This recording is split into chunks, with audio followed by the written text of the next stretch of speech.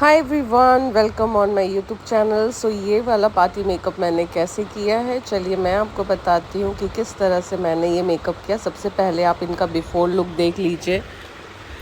फिर मैंने इनको लगाया आई लेंस, और वो भी था ग्रे कलर का, बिकॉज़ मैं आज करने वाली हूँ स्मोकी आई मेकअप। तो मुझे लगा कि इनके आई के according grey colour is perfect shade for हर आई लेंसेज। तो आई लेंसेज लगा चुकी थी और ये रहा क्लोज़अप। फिर फाइनली मैंने स्टार्ट कर दिया था मेकअप करना। सबसे पहले मैंने किया टोनिंग इसलिए ताकि स्किन इनकी हाइड्रेटेड हो जाए, और प्रेप करना बहुत इम्पॉर्टेंट है एक मेकअप में।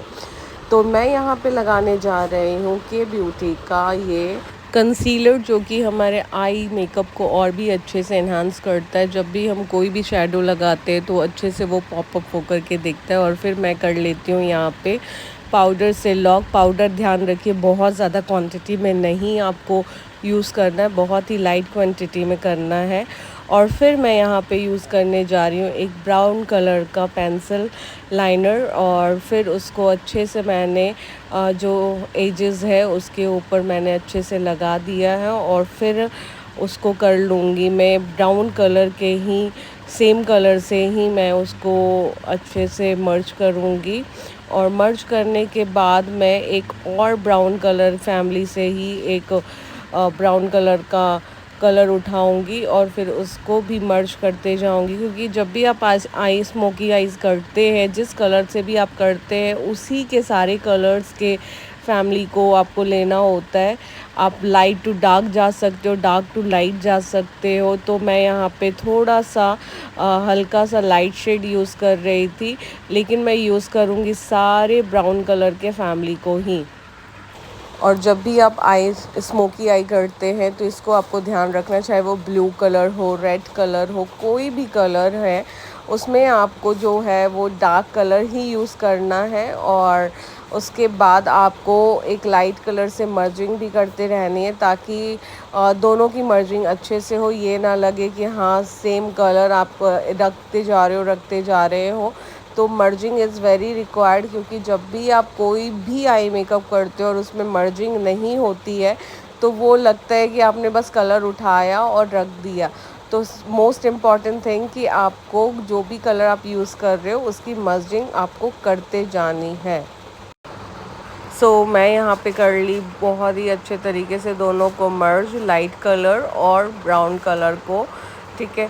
और फिर मैं जो इसको ऊपर की तरफ लेते जा रही हूँ, ताकि जो हमारे आई बॉल्स के पास का एरिया होता है वो अच्छे से हाईलाइट हो। क्योंकि मेन एरिया वही होता है जहाँ पे हम अपने आइज़ को है ना हाईलाइट करते हैं। और आइज़ अच्छे से जब वो खुलती है तो फिर आपको लगता है कि हाँ आई मेकअप काफ़ी अच्छे से इन्हांस हो रहा है।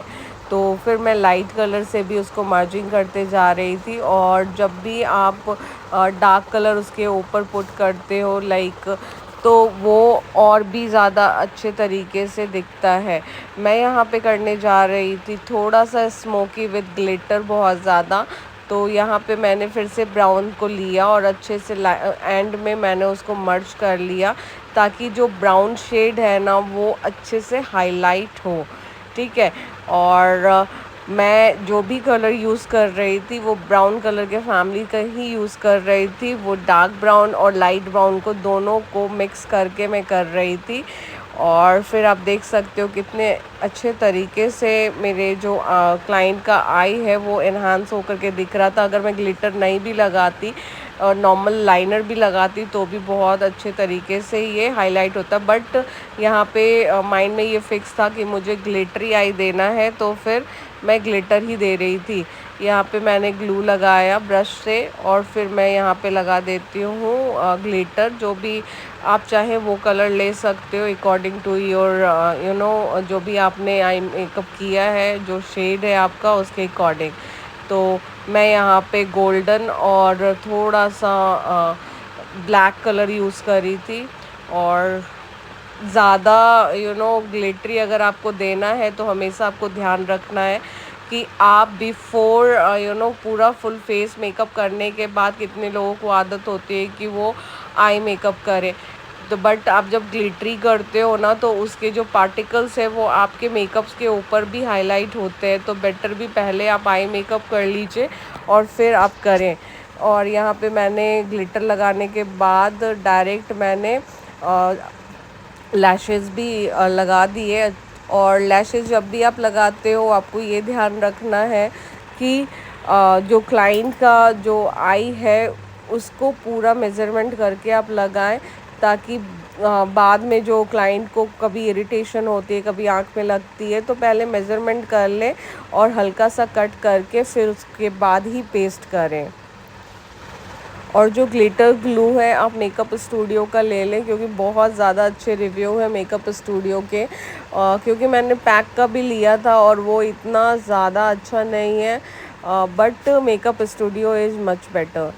और आपको ये चेक कर लेना है कहीं आइज़ पे उनको इरिटेशन तो नहीं हो रही, एक बार आइज़ को खुलवा करके चेक कर लेना है। और फिर मैं यहाँ पे यूज़ कर रही हूँ LA गर्ल का ये आईब्रोज़ सेटर। और आईब्रोज़ आप हमेशा ध्यान रखें कि जो उनकी शेप है उन्हीं को आप इन्हांस करें, अदरवाइज़ कई बार क्या होता है जब आप उसमें थोड़ा सा चेंजेस लाने की कोशिश करते हो तो बाद में क्लाइंट को वो चीज़ पसंद नहीं आता और फिर आपको दोबारा से उसको हटाना पड़ता है। सो बेटर भी कि जो उनकी शेप है आप उनको छेड़े मत, बस उसी को हाईलाइट कर दें।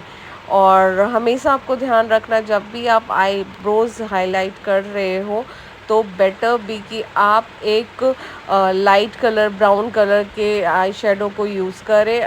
और फिर जब आपका अच्छे से पेस्ट हो गया है आपके जो लैशेज़ है उसके ऊपर आपको मस्कारा करना है। मस्कारा आप कोई भी ले सकते हो, क्योंकि आपने यहाँ पे जो लैशेज़ यूज़ किए उसके बाद आपके आईज़ को और भी ज़्यादा अच्छे से इन्हांस करने के लिए आपको मस्कारा लगाना बहुत इम्पॉर्टेंट है। और फिर मैंने कर लिया था फेस को अच्छे से क्लीन और फिर मैं यहाँ पे लगा रही थी प्राइमर लगाने के बाद आपको उसको अच्छे से ड्राई कर लेना है, ताकि उसके पार्टिकल्स जो है वो आपके स्किन के अंदर अच्छे से चले जाएं। और आपको ध्यान रखना है कि अंडर आई भी आपको कवर करना है प्राइमर से, और लगा करके आपको उसको छोड़ना है एटलीस्ट कम से कम 3 to 4 मिनट्स। और आप देख लीजिए पूरे फेस पे मैंने किस तरह से प्राइमर को लगाया है। और मसाज आपको बहुत ही लाइट हैंड से करना, ये नहीं कि बहुत ज़्यादा कर दिया, बस हल्का सा लगा करके स्प्रेड करके आपको छोड़ देना। आप चाहे तो नेक एरिया भी कवर कर सकते हैं जिस तरह से मैंने भी किया है। जो भी आपके फेस पे थोड़ा सा एक्स्ट्रा लग गया था तो मैंने सोचा क्यों ना मैं इसको नेक पे भी कवर कर दूं। और फिर उसके बाद इसको आपको छोड़ना है। आप चाहे तो फैन ड्राई भी कर सकते हैं, otherwise leave for some minutes.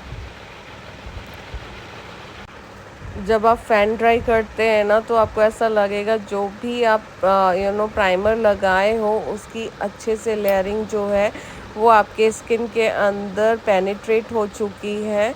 और फिर उसके बाद आपका जो मेकअप करने के लिए एक बेस जो आपकी स्किन का बेस है वो इतना स्मूथ हो जाता है कि कुछ भी आप लगाओगे जस्ट फील लाइक कि बटरी है।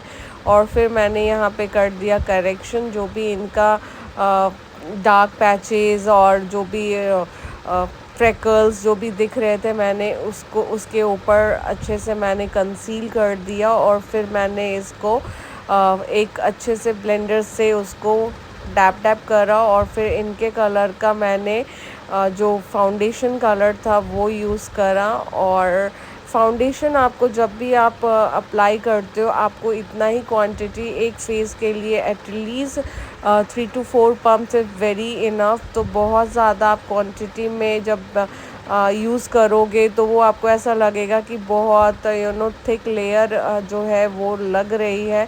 सो बेटर भी आपको सिर्फ़ और सिर्फ 3 to 4 पम्प में ही पूरा का पूरा फेस जो है वो आपको कवरेज देनी है फुल फेस के ऊपर। जब भी आप कोई अच्छा सा फाउंडेशन लगाओगे तो वो फुल कवरेज आपको देगी।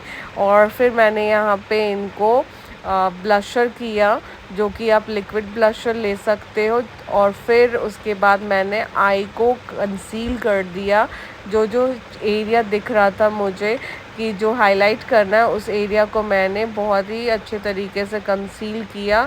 अंडर आई को आप जब भी कंसील करते हो तो आपको ध्यान रखना है कि आप जब ब्लशर लगा रहे हो उसके बाद ही करना, ताकि जो एक्स्ट्रा ब्लशर जो है लगा हो आपके आई के एरिया के आसपास, तो वो भी उस कंसीलर से जो है वो हाइड हो जाए।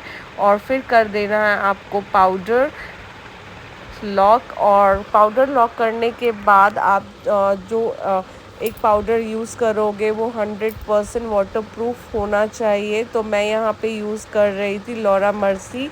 और फिर उसके बाद मैंने कर लिया इनके जो भी एक्स्ट्रा चबीनेस थी उसको कंटूर।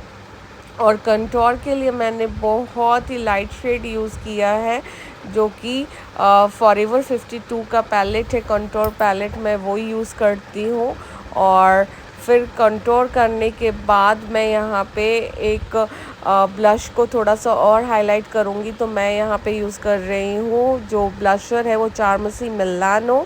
चारमसी मिलानो बहुत ही अच्छा अभी ब्लशर इसका वर्क कर रहा है, बिकॉज ये आपके जो भी आप ब्लशर आप लगाते हो वो इतने अच्छे से मर्ज हो जाता है, और बहुत ज़्यादा रेड और जो भी आप कलर आप यूज़ कर रहे हो उसको बहुत ज़्यादा वो पॉपअप करके नहीं दिखाता, बस एक टोन ही वो आप दिखाता है।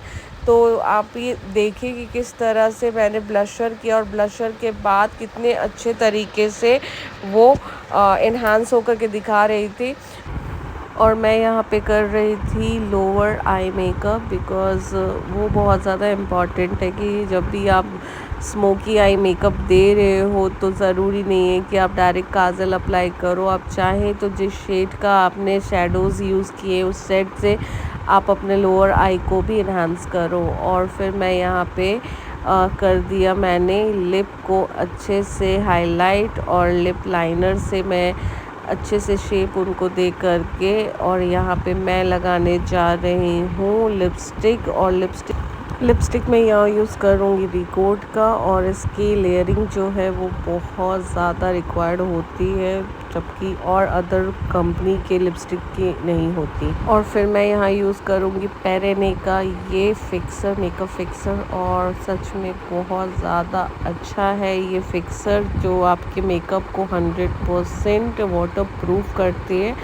और फिर मैं यहाँ पे करूँगी इसको ड्राई, और ड्राई करने के बाद आप देखना किस तरह से मेकअप जो है वो एक टोन और भी ज़्यादा अच्छे से हाईलाइट होगा, और हमारे मेकअप को मर्ज करने में बहुत ज़्यादा हेल्प करता है। ये मेकअप को इंस्टेंट मर्ज करता है, वो एकदम 1-2 घंटा टाइम नहीं लेता। जब भी आप एक अच्छा सा फिक्सर यूज़ करोगे ना, वो इंस्टेंट उसको फिक्स कर देगा, और आपके जो स्किन है उसको बहुत ही ज़्यादा अच्छे तरीके से हाईलाइट करेगा।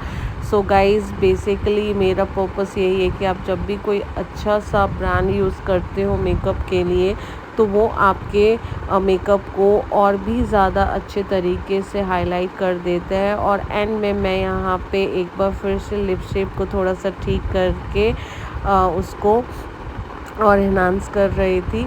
और ब्रश से, बेसिकली ब्रश से आप करेंगे तो वो अच्छे से, आपको लगता है थोड़ा सा वक्त लगता है, बट हमें आदत पड़ी हुई है कि हम जो लिपस्टिक के ब्रश है उसी से ही कर देते हैं। और लिपस्टिक का ड्राई मैंने बताया था कि अभी रिकॉर्ड का मैं जो यूज़ कर रही हूँ लिपस्टिक, वो इतना ज़्यादा अच्छा रिव्यू नहीं है उसका, और क्योंकि वो बार बार है ना वहाँ से उस एरिया से हट रहा था। बट मैंने उसको फिर एंड में क्या करा कि उसको हटाया दूसरा, और फिर उसके बाद मैंने दूसरा लिपस्टिक ही लगाया, जो दोबारा मुझे ज़रूरत नहीं पड़ रही थी। बस मैं ट्राई कर रही थी कि ये लिपस्टिक जो है वो अच्छे से टिक रहा है या नहीं टिक रहा, बट नहीं टिक रहा था। एंड में मुझे उसको हटाना ही पड़ा, और फिर मुझे कोई और शेड का, कंपनी का शेड यूज़ करना पड़ा फिर। एंड ये है इनका फाइनल लुक। आप देख सकते हो किस तरह से इनका फेस जो है बिल्कुल स्मूथ लग रहा था, और एक टोन अप करा था मैंने। और ये जो मेकअप है उसमें कोई भी फ़िल्टर नहीं यूज़ हुआ है, जो है ये नेचुरली आफ्टर मेकअप जो लुक आया है वो है। अगर आपको वीडियो अच्छी लगी हो तो ज़रूर लाइक करें, कमेंट करें एंड चैनल को सब्सक्राइब करना, ताकि मैं अच्छे अच्छे वीडियोज़ और ले